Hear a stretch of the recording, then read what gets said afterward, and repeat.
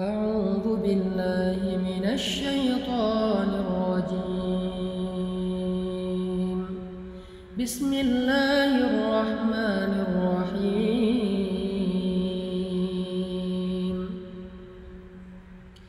إن الإنسان خلق هلوعا إذا مسه الشر جزوعا وإذا مسه الخير منوعا إلا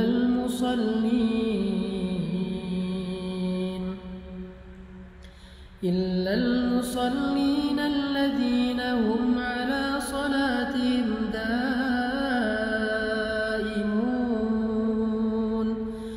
والذين في أموالهم حق معلوم للسائل والمحروم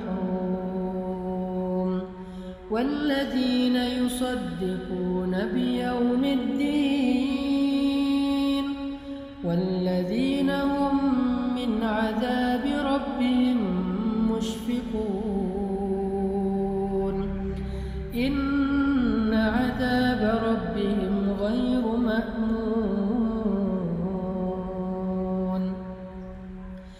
والذين هم لفروجهم حافظون إلا على أزواجهم أو ما ملكت أيمانهم فإنهم غير ملومين فمن ابتغى وراء ذلك فأولئك هم العادون والذين هم لأماناتهم وعهدهم راعون والذين هم بشهاداتهم قائمون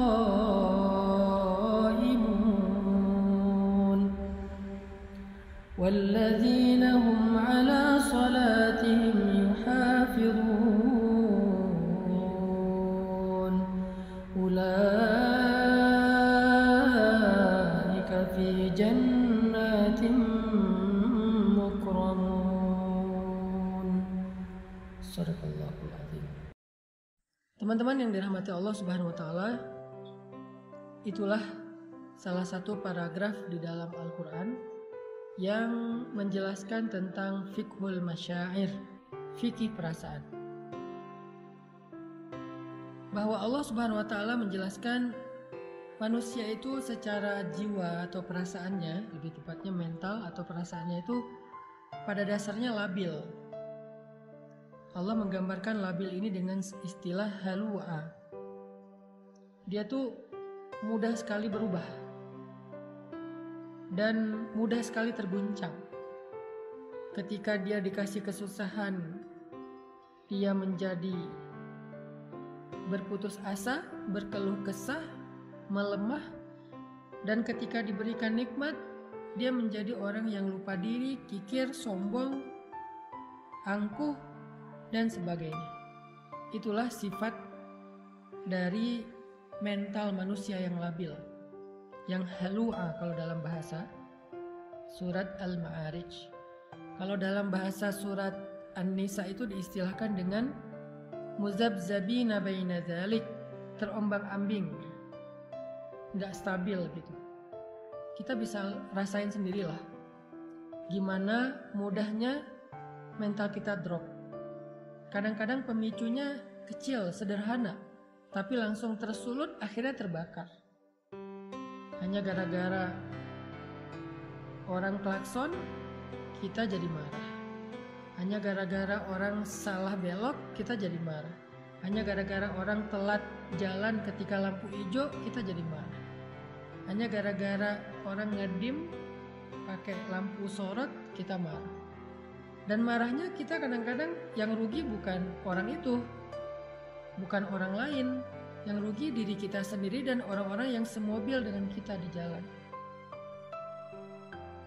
Di rumah juga kayak gitu. Kita sering marah itu dengan pemicu-pemicu yang kecil. Hanya gara-gara pasangan kita wajahnya mungkin lagi nggak terlalu ceria, kita jadi bete. Hanya gara-gara mungkin anak kita bangun tengah malam, kita jadi bete. Anak kita rewel, kita jadi bete. Salah ngomong seorang pasangan, kita jadi bete. Itu yang disebut dengan jazua, halua, mudah sekali untuk drop, mudah sekali untuk bete, mudah sekali untuk kepancing, mudah sekali untuk marah, mudah sekali untuk apalagi tersinggung, sakit hati, baper, dan seterusnya. Itulah yang disebut dengan halua, jazua, berkeluh kesah. Di sosmed apalagi? Namanya orang, followers, saya posting tilawah Al-Quran aja ada yang dislike, padahal yang diposting itu bukan konten-konten yang kontroversi, bukan, tilawah Al-Quran. Ya mungkin dia dislike karena menurut dia saya ada yang salah baca mungkin, atau ada yang gak fasih tajwidnya, Allahu alam. Tapi ya itu kadang-kadang bikin kita ngerasa kayak sedih gitu. Itulah sifat dari mental manusia. Mudah banget kepancing, mudah banget terluka, mudah banget kegores. Sampai para ulama mengatakan hati kita itu kadang-kadang lebih rentan daripada kaca. Jadi kalau kaca aja kemana-mana, kita kalau bawa itu selalu dikasih stiker fragile. Karena kita hati-hati menjaga kaca-kaca yang mudah pecah itu, maka hati kita lebih rentan dari itu, lebih fragile dari itu. Nah, fragile ini salah satu maknanya adalah jazua atau halua. Inilah sifat mental kita, masyair kita. Dan semua orang mengalami itu, apalagi kita yang manusia biasa, pasti sering kayak gitu. Kadang-kadang kita kayak suka sedih ya, kok saya jadi lemah gini ya, kok saya jadi baperan banget sih, kok saya gampang malah kepancing sih. Pas sudah sadar kita jadi sedih, pengen berubah tapi susah. Dan semua perasaan-perasaan yang gak normal ini, yang gak stabil ini akan merusak hubungan kita dengan orang-orang yang kita cintai. Makanya fikih masyair itu penting, fikih perasaan itu penting. Labilnya kita membuat hubungan kita dalam pekerjaan dengan partner kita, dengan teman-teman kita itu jadi gak mudah. Jadi kondisi halua dan jazua mental kita itu sebetulnya masalah yang membuat hidup kita gak nyaman. Bersosial media gak nyaman, di grup gak nyaman, di rumah gak nyaman, di jalan gak nyaman, berteman gak nyaman, punya keluarga gak nyaman, dengan mertua gak nyaman, dengan orang tua sendiri gak nyaman, dengan siapapun gak nyaman, karena memang hati dan mental kita itu halua, jazua, kurang woles, kurang easy going. Innal insan khuliqa halua, idza massahu syarr jazua, wa idza massahul khair manua. Jadi poin pertama kita dari paragraf Al-Ma'arij itu adalah mental dan perasaan kita itu dasarnya labil. Hati kita itu labil. Kita tuh labil, pasangan kita labil, anak kita labil, orang tua kita labil. Semua manusia yang kita kenal itu labil. Semua kita tuh halua, jazua, manua, semuanya sama. Jadi kita hidup di antara kelabilan-kelabilan perasaan dan hati manusia. Yang hari ini dia sayang sama kita, besok dia bisa bete dan benci sama kita. Yang hari ini dia ngebelain kita, besok dia bisa nyerang kita. Yang hari ini dia memuji kita, besok dia bisa mencela kita loh. Itulah manusia. Kadang-kadang orang yang mencela kita itu kita sampai nggak nyangka gitu. Orang yang kita anggap kayaknya baik-baik aja, kita nggak ada masalah pribadi dengan dia, malah kita ngerasa udah baik sama dia, kita udah ngerasa udah banyak bantu dia, tapi tiba-tiba di belakang dia yang nyerang kita, dia yang menjelek-jelekan kita, dia yang memfitnah kita. Itulah manusia. Jadi jangan heran kalau kita ngalamin itu ketika kita bergaul. Kalau kita masih heran pas ngalamin itu, berarti kita kayak naif. Kita pikir kita hidup di antara malaikat? Enggak, kita hidup di antara manusia. Dan kita bagian salah satu di antara itu. Kita juga pernah banget lah ngecewain orang. Nggak tepat janji pernah, bahkan ingkar janji pernah. Kalau nggak tepat janji meleset, kalau ingkar janji ya sengaja aja nggak mau menunaikan janji. Marah-marah pernah, mencela pernah, apalagi menghina pernah. Banyak kok kekecewaan yang pernah kita lakuin kepada orang lain. Jadi jangan heran kalau dalam kehidupan yang labil ini kita melihat seseorang berubah dengan cepat. Itu jangan heran. Toh kita juga kayak gitu. Makanya karena Allah tahu kita diciptakan dalam kondisi mental, perasaan dan hatinya itu labil, gampang terbolak-balik. Dari yang benci jadi cinta atau dari cinta jadi benci itu terjadi di mana-mana. Maka Allah Subhanahu wa taala memberi kita nasihat. Di dalam surat Al-Ma'arij. Karena Al-Qur'an itu adalah tazkiyatun nafs, obat bagi jiwa, syifa'un lima fis sudur, obat penyembuh bagi penyakit-penyakit yang ada di dalam dada, penyakit hati, penyakit perasaan. Al-Quran adalah penyembuhnya. Bukan hanya dawa, tetapi syifa. Kalau dawa itu obat, kalau syifa itu penyembuh. Kalau dawa, obat belum tentu sembuh. Kalau syifa, Allah menjamin akan sembuh. Kalau kita benar-benar memahami dan mengamalkan Al-Quran. Gimana cara memahami dan mengamalkan Al-Quran sementara membaca aja nggak ngerti? Itulah kenapa kita harus belajarnya bareng. Jangan belajar sendiri secara otodidak, ntar salah paham. Kalau dengerin booster, dengerin ceramah yang sifatnya adalah penyemangat, kayak kendaraan tuh dikasih bahan bakar.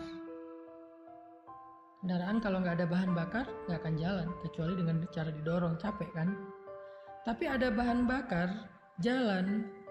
Kalau nggak punya setir, nggak punya lampu, itu bisa masuk jurang, bisa masuk selokan, bisa kecelakaan.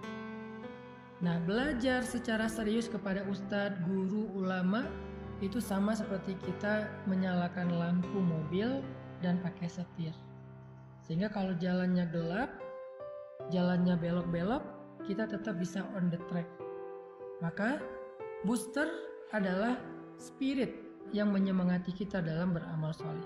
Tapi ilmu yang kita belajar seminggu 2 kali dengan live kayak gini adalah lentera. Lentera yang kita bawa untuk menjadi penunjuk jalan, biar kita nggak salah jalan. Kalau kita udah tahu jalannya, booster yang ngedorong kita untuk bergerak. Dua-duanya penting.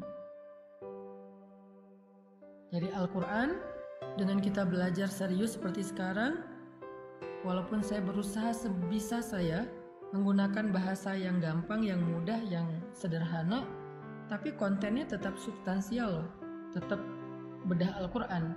Cuman dengan bahasa sederhana yang saya mampu, sesuai dengan bahasa sederhana ketika saya lagi nongkrong bareng dengan teman. Saya nggak mau bahasanya kayak bahasa mimbar banget, bahasa pesantren banget, bahasa kampus banget. Mungkin teman-teman bakal ngerasa kayak berat banget sih pembahasannya. Tapi kalau gini kan kita kayak lagi ngobrol di tongkrongan kita. Tapi pembahasannya Al-Quran. Kayak gini kita belajar. Supaya apa? Supaya dapat lentera. Dapat petunjuk, dapat cahaya dalam berjalan di dalam kehidupan kita. Nah, Allah Subhanahu wa taala menjadikan Al-Quran itu sebagai petunjuk. Hudan lil muttaqin, hudan linnas wa bayyinatin minal huda wal furqan. Al-Quran itu petunjuk.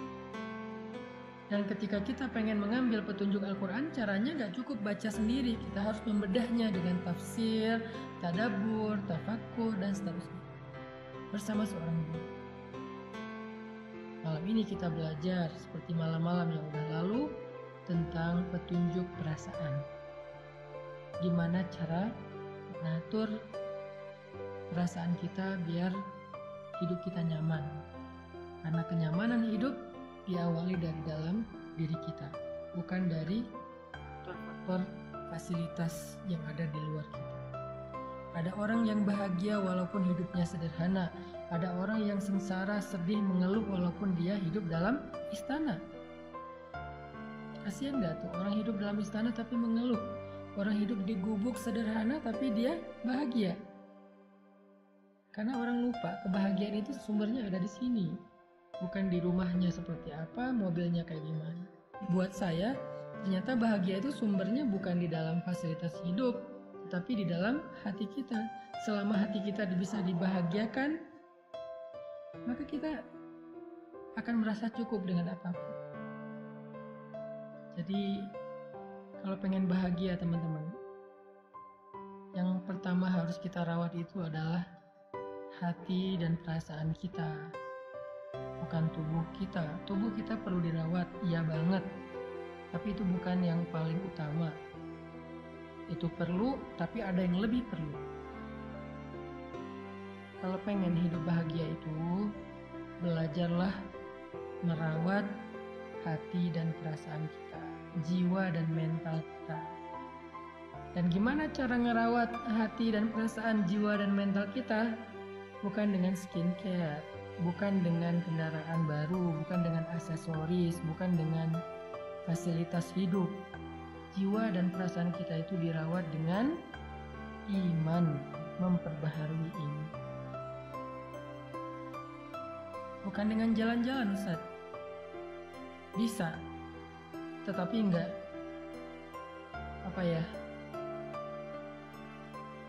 tangguh.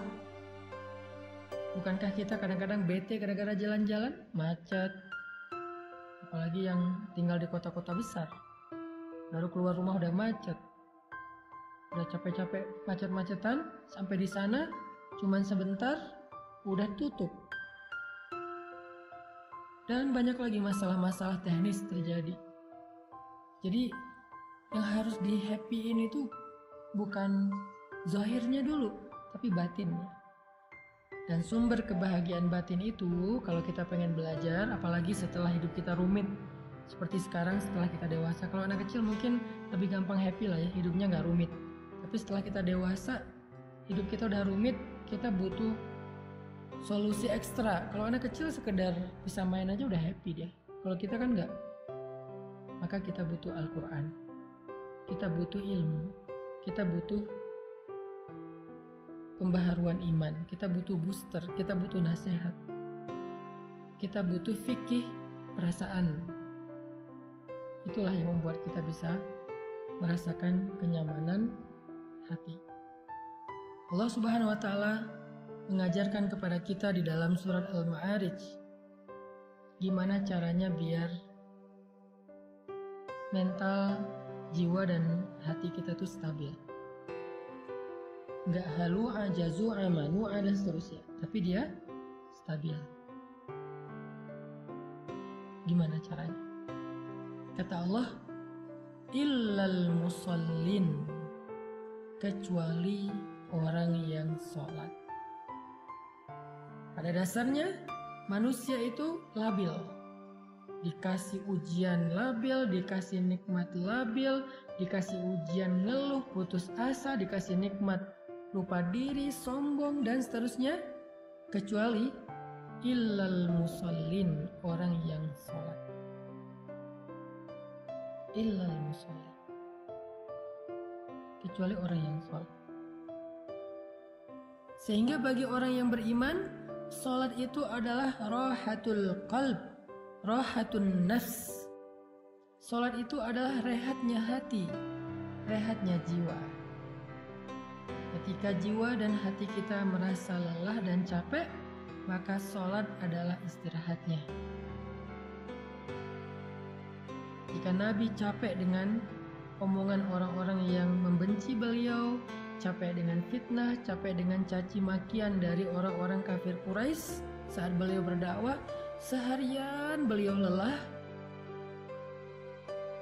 sampai di rumah beliau ketiduran karena capek, maka Allah membangunkan Nabi. Nabi tidur untuk istirahat fisik, istirahat badan. Beliau tidur. Nah, kalau badan kita udah capek, kita tidur. Itu istirahat badan, istirahat zahir, fisik. Tapi Nabi belum istirahat batin. Karena walaupun tidur, hatinya masih sedih. Walaupun tidur, hatinya masih kecewa, masih marah. Makanya dalam keadaan tidur itu Allah membangunkan Nabi. Ya ayyuhal muzammil. Wahai orang yang sedang tidur dan berselimut, yang hatinya masih gelisah, yang hatinya masih lelah, yang hatinya masih sedih dan kecewa, yang hatinya masih marah.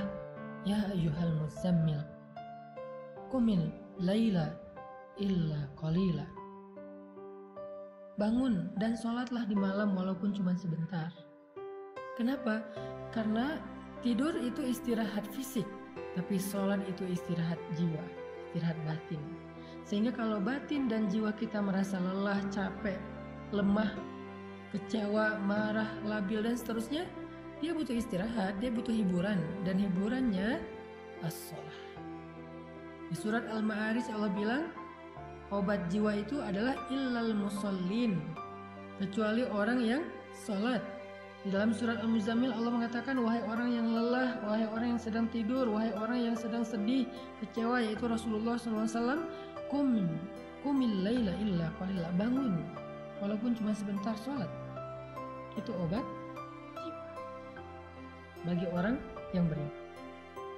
Dan Nabi SAW bersabda, ketika Nabi dalam keadaan sedang lelah jiwanya, lelah hatinya, lelah perasaannya dengan semua omongan-omongan orang Yahudi dan orang munafik di kota Madinah, maka Nabi SAW menyuruh Bilal untuk azan agar beliau dan sahabat bisa sholat untuk bisa mengistirahatkan hati yang lelah.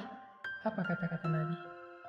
Arihna bis sholah ya Bilal, istirahatkan kami dengan sholat wahai Bilal. Istirahatkan kami dengan sholat wahai Bilal.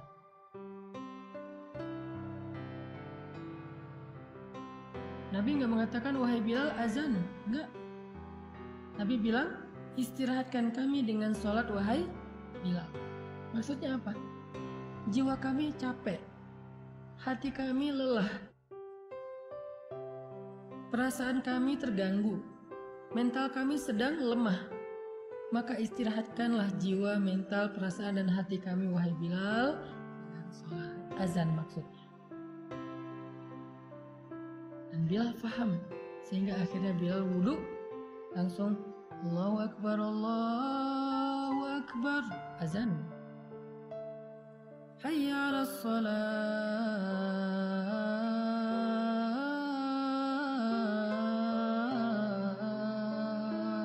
Yuk kita sholat. Hayya alal falah.